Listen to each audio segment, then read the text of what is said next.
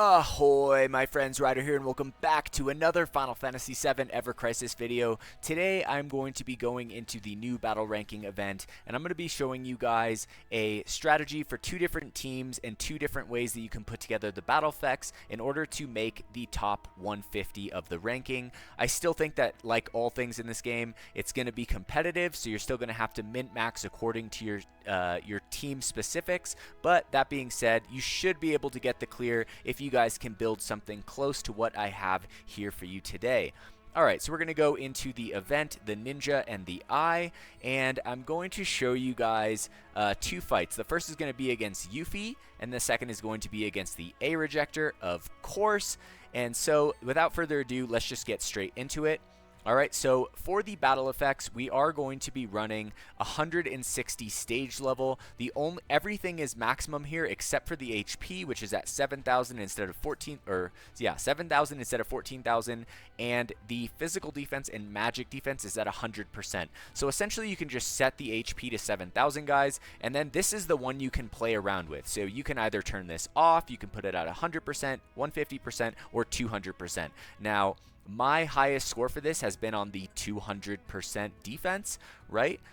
So if you guys can get that, I do have a video out for the stage level 200, so you guys can reference that in order to get the high score on this. But if you can't quite get that, you can either do the stage level 170, 160, or 150, depending on what you need. So today we're just going to do the 160 here, guys. All right, and I am actually using the exact same team that I used for the stage level 200. Thank you, Asgaroth. And so I'm just going to quickly go over it here for you guys. On the front end, we have Sephiroth, Cloud, and Aerith right here. For Sephiroth, we have his Kuja attire costume, but I literally just chose this for the HP. So I don't have any physical costumes for Sephiroth, so I just chose the best that I have, something that will still work for him, and that is HP for me. But obviously just choose the costume as best you can based on what you have. Now we have Crimson Flare Limit Break right here. We have, for his materias, all physical/physical defense stat sticks. Same on Cloud, all physical/physical defense stat sticks. And on Aerith, we have healing/physical defense stat sticks. The only difference on Aerith, none of their materia is relevant except for the stats on it, except for this Fire Breach that I have on Aerith, which helps her throughout the fight, especially in the longer fight, the stage level 200 one, to either keep the extension on the Imperil or to just put it up there so Cloud isn't hitting without any Imperil at all, because Sephiroth is not going to have any buff debuff duration on this build, at least for me. Alright, now for his weapons, we have the Radiant Edge, the Fire Imperil weapon. We have the Kuja's Spirit Blade, and this can be done with a base 5-star Kuja Spirit Blade. Alright, then we have the Genji Blade right here as well. Jumping over to Cloud, we have the Bahamut costume, although his Fire Arcanum costume also works as well. You guys have to choose which R abilities you want. I prefer the Bahamut costume. I think it's really well-rounded and overall super strong. Then we have Ifrit's Hellfire level 8, Sky Splitter OB10, Lox Blade at OB8, although I only use this weapon once in the fight, so you could potentially replace it with the Bahamut Greatsword. Then we have the Ultimate Buster Sword as well. Last but not least, we have Aerith with the Bahamut costume, Breath of the Earth, Bahamut's Rod in the main hand, Commodore Wand in the offhand, Princess Guard right here for the ultimate weapon, so looking really solid. I'm going to go in and do a very quick overview of the back end before I show you guys the fight itself. Alright, so here is Sephiroth. Basically 11.8k HP, 8.6k physical attack, 205 physical defense, alright? We have the Rose Bouquet, physical defense all, and 2 physical attack all limited weapons. Just put them as basically as many as you guys can in there, and it's going to basically lift up Cloud and make him as powerful as possible. Alright, so for Cloud over here, we have 312k power, 13.2k HP. You're shooting for 10k attack if you can, 10.3k physical attack, 232 physical defense. We have Yuffie's Boomerang, Bahamut Greatsword, and the Glavenus right here for the little extra HP. And then last but not least, we have Aerith Gainsborough, 118k power, 12.6k HP, 216 physical defense, and 3.8k healing. We have the Rocket Punch right here, OB7 physical defense all weapon, a OB7 magic defense all weapon, and a physical attack all stat stick as well. Alright guys, so that's going to basically put together the team, which is the same team for stage level 200, just so you guys know. And I'm just going to go into this. I'm just going to show you guys. Essentially, the goal is to just take out Yuffie as fast as possible. We're not going to charge the summons in time. It just depends on which defensive parameter you choose for the battle effects, how hard the fight is. But the harder it is, the more points you can get, right? Alright, so at the beginning, I'm going to switch over to Sephiroth. We're going to use Flare Star, jump over to Aerith. We're going to use Spiritual Harmony, and jump back to Cloud. We're going to wait for max ATB, drop Slashing Rush, then go back to Sephiroth, use EI. Alright, and then we're going to jump over to Aerith to block the first Landscaper. Remember, Yuffie's physical magic attack is still completely buffed right now from the battle effects. Alright, so she's still going to hit hard. Alright, going to go right there. Cloud is going to use Blazing Strike. Alright, there we go. We're going to use Jubilation on Aerith. We're going to use the Flash of Steel on Sephiroth. And we're just going to do as much damage here as we can, guys. Alright, there we go. I'm going to use Ultimate Braver. Sephiroth is going to use the Imperil. Alright, hopefully Cloud will get off one more hit right here. I think he can. Will he get it? Come on. Let's frickin' go. Alright, so that's the first fight, guys. Like I said, you can basically tune it to what difficulty you want, but you're looking for a score between 750 to 800,000. Alright? Alright, so we got 831,000. So you can definitely do really good on that fight, just depending on the parameters that you set for yourselves here, guys. Alright, so pretty good, pretty solid on the first one. Now we're going to we're going to look at the wind aspect of this battle ranking, which I would say is harder to build for. There's just nothing super recent that is magic wind. Alright, so we're going to jump over to the A-Rejector free challenge. Alright, now the stage effects that I have on this one are a little different. So we have stage level 145. Alright, and I believe the only changes I've made are with HP, setting it from 8,000 to 4,000 right here. And then enemy physical defense and magic defense, which I have set at 0. And then I believe everything else is maxed except for... Actually, I'm pretty sure everything else is maxed, guys. Yep, it does look like everything else is maxed except for physical defense and HP. Alright, so I'm going to switch over to my other team right here, which is going to consist of Red 13, Aerith, and Lucia, essentially looking to take care of magic defense buff for the team. We're going to take a look at magic defense break for the enemy. We need a Wind Imperil, of course. We need an AoE heal for this fight, and essentially you need a strong DPS. So with Aerith, I think I'm actually going to switch from her Arcanum costume over to her Bahamut costume. Alright, hopefully that should work just a little bit better here, guys. And I'm going to quickly go over the front and back end builds before I show you the run itself. But here we have Red 13, Aerith, and Lucia. Aerith is obviously our primary DPS, Red 13 primary healer / imperiler, and Lucia is our main buffer / debuffer. Alright, so we have Red 13 going in with the rubber harness, boost heal and physical defense. Then we have Sledfang right here. We're not even going to get the chance to really use his limit break, so I'm not really worried about it. You could probably change it to anything that you guys want.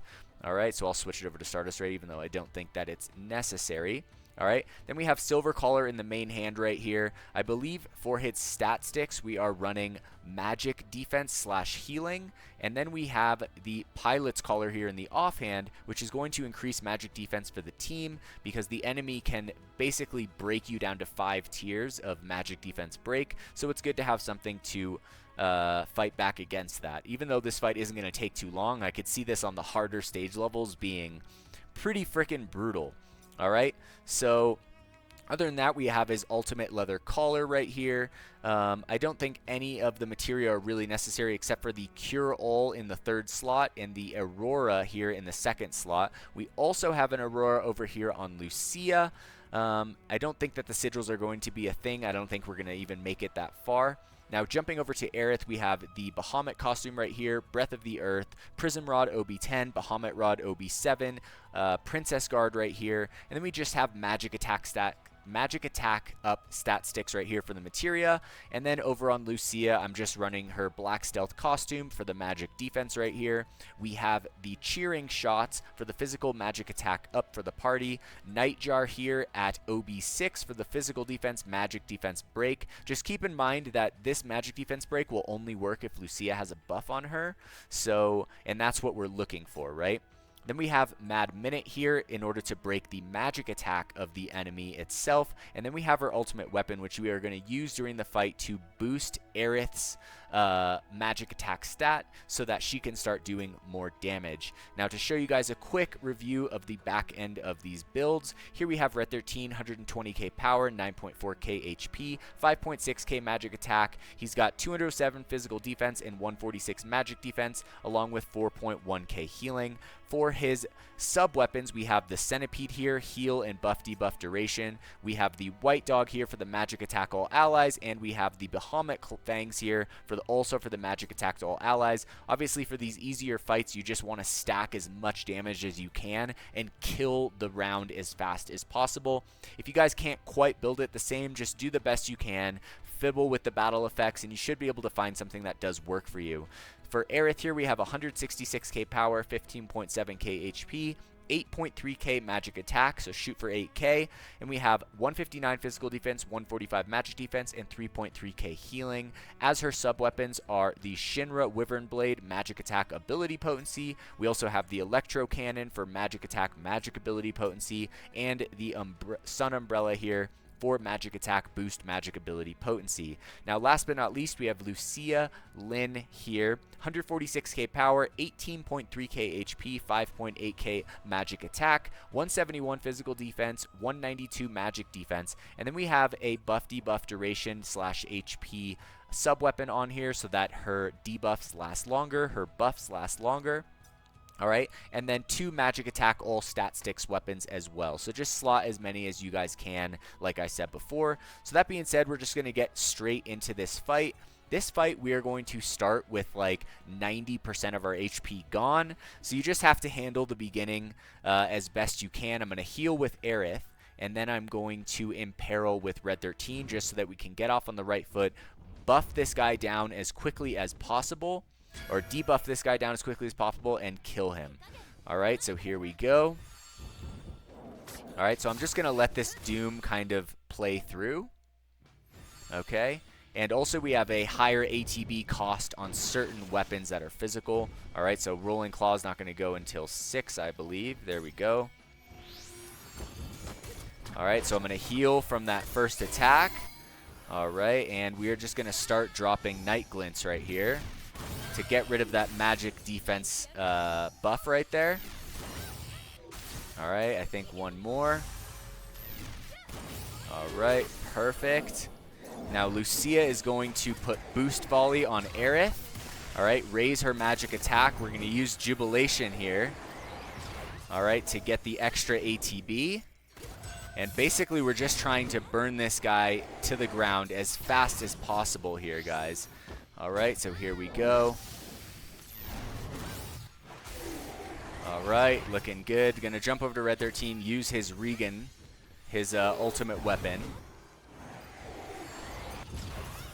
Alright, we're just gonna keep on going on everything here, guys. Keep that magic defense buff down as much as possible.